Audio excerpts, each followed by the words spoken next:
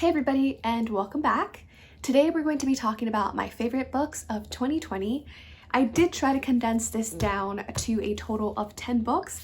It was a little bit difficult because there were so many great books that I personally read this year. And I'm sad that I can't just include all of them, but you know what? I narrowed it down, so we're just gonna talk about these 10. So without any further ado, let's get right into it.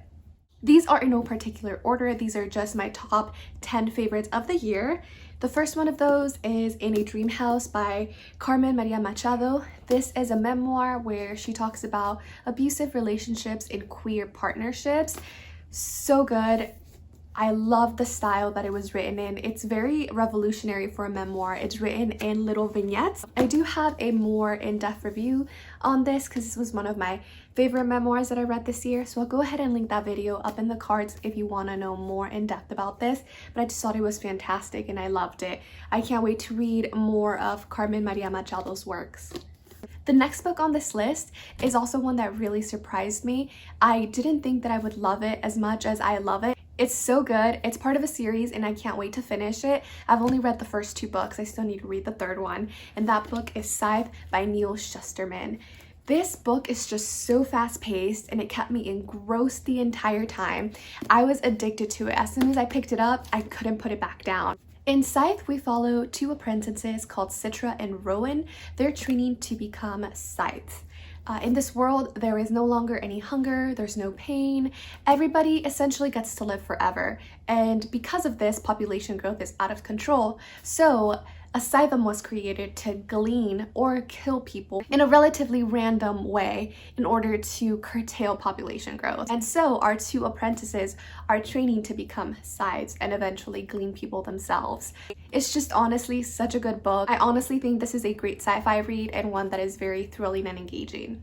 The next book on my list is another one that I wasn't expecting to love as much as I did, but wow, I read it a couple of weeks ago now. Yeah, I finished it maybe a week and a half to 2 weeks ago, and I'm still thinking about this book, just everything that happened in it, and that is The Sword of Kaigen by M.L. Wong. The Sword of Kaigen is an Asian-inspired epic fantasy with the magic system being based around elemental magic. They are called Theonites. In the book, essentially, we follow a mother and a son. The mom, called Mizaki, is one of the coolest, most badass moms that I've ever encountered in fantasy. She's a free spirit, and because of the way traditions work in Kaigen, she is forced to marry into a family. That family is very misogynistic. They are very traditionalist, with women playing a big role in raising the kids and taking care of the home and doing absolutely nothing else. In the same story, we also follow her son Mamoru, who is trying to master the art of his family, the Matsuda family. He is trying to master the Whispering Blade, which is a move that has been passed down throughout their family and they must train, and even some of them never really achieve it. The story begins by going into their lives and we find out a little bit more about them and their history, and then war breaks out and loyalties are shattered. And from there, the story just takes off. It can be very gruesome and violent at times, but I really love the way that M.L. Wong handled the aftermath of a war or the aftermath of a battle. There's a lot of high stakes and we really get to see the impact of war and the devastation that it leaves behind. The next book on my list is one that also really surprised me, but I was hooked right from the beginning. This book has one of the best opening fantasies. This book has one of the best opening scenes that I've ever read in fantasy. Right from the beginning, I was like, whoa, okay, I need to figure out what is going on here. And that book is Black Sun by Rebecca Roanhorse. I read Trail of Lightning before I went into this, so I already knew that I liked Roanhorse's writing.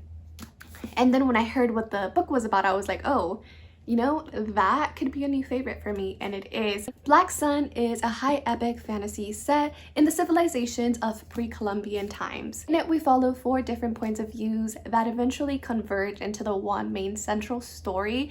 It is action-packed, it is full of political intrigue, prophecies, and forbidden magic. Like, it was just honestly a fantastic book. Kept me engaged the entire time. I remember when I was reading it, I felt like I was watching a movie. I don't think I've had that experience with a book in a very long time, where I'm just reading it and I can picture everything going on. It was a surreal experience and I can't wait for the rest of the series to come out. The next book on my list is another memoir, and this is the best memoir that I read in all of 2020, and it's one that I can see myself rereading over and over and over again. It's a very lighthearted and funny read, but in it, the author really interweaves serious historical implications. It was just an amazing read, and that was Born a Crime by Trevor Noah.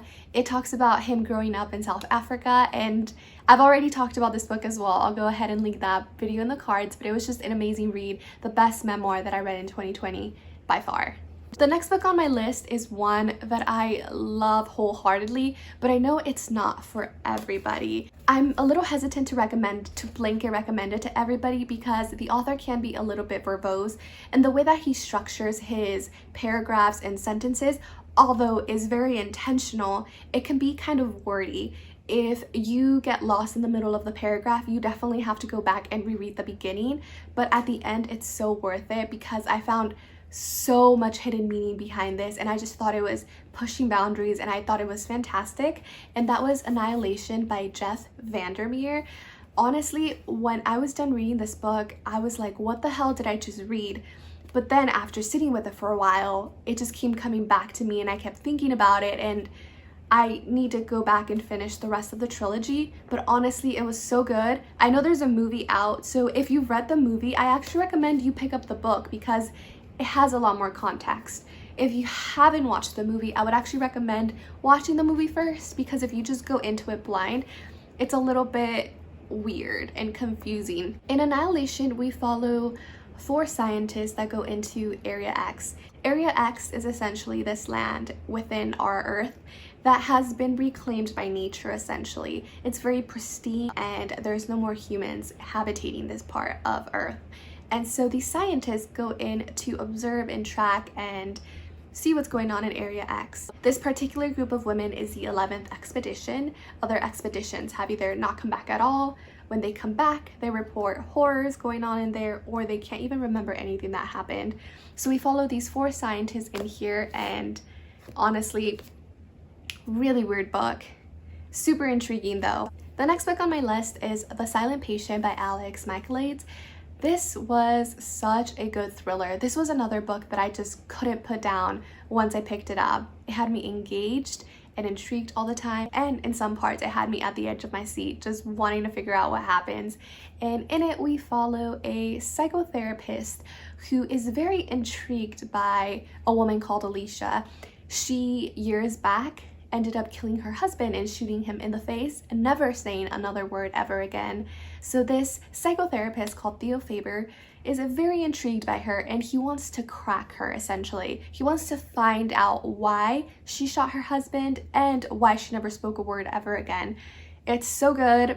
It's one of the best thrillers that I've ever read, ever. Yeah, I highly recommend it if you just want something that's fast-paced or a palate cleanser. Very, very, very good. The next book on this list is a book that I feel like I read at the right time. It was right at the beginning of quarantine, and I was getting into a lot of post-apocalyptic books, and I picked this one up, and I was just wowed by the way this author wove all these stories together. And this is Station 11 by Emily St. John Mandel. In this story, we follow a group of people who are trying to survive after 99% of humans have been wiped out by this virus. We also follow a few characters right before everything happens.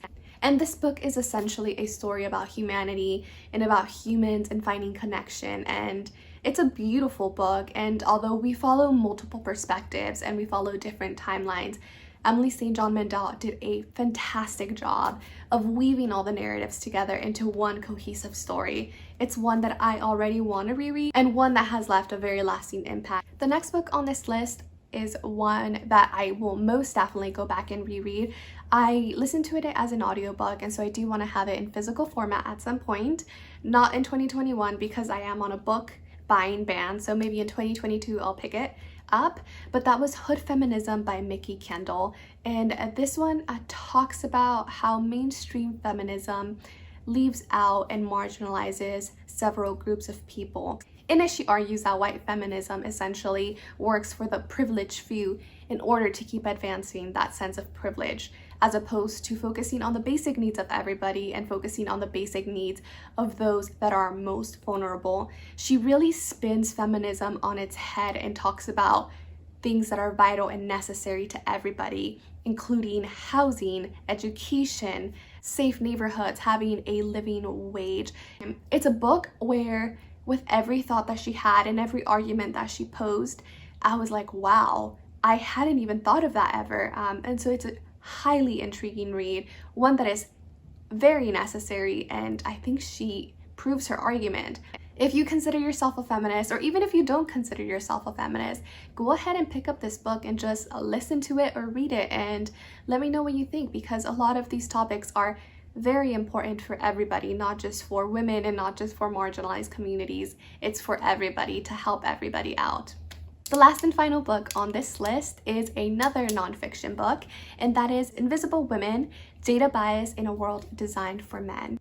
This is another book that also presented a lot more questions than answers for me specifically, and it honestly made me angry and mad in some parts of it. Essentially, in this book, Caroline Criado Perez argues that there is a gender data gap, and that most studies and basically in every facet of our lives, everything is fitted for men because there is a male neutrality. For example, whenever a car is tested to see if it's safe, we use male dummies. And even when female dummies were introduced to test these, they were just smaller sizes of male dummies. Instead of having those dummies fitted for women, for what women's bodies are like, they just sized down the male dummy. Essentially, she argues, because there is this gender data gap, we are eliminating and ignoring the basic needs of 50% of the entire population. And this on its own has consequences, from our GDP to our daily lives, and it also impacts men's lives.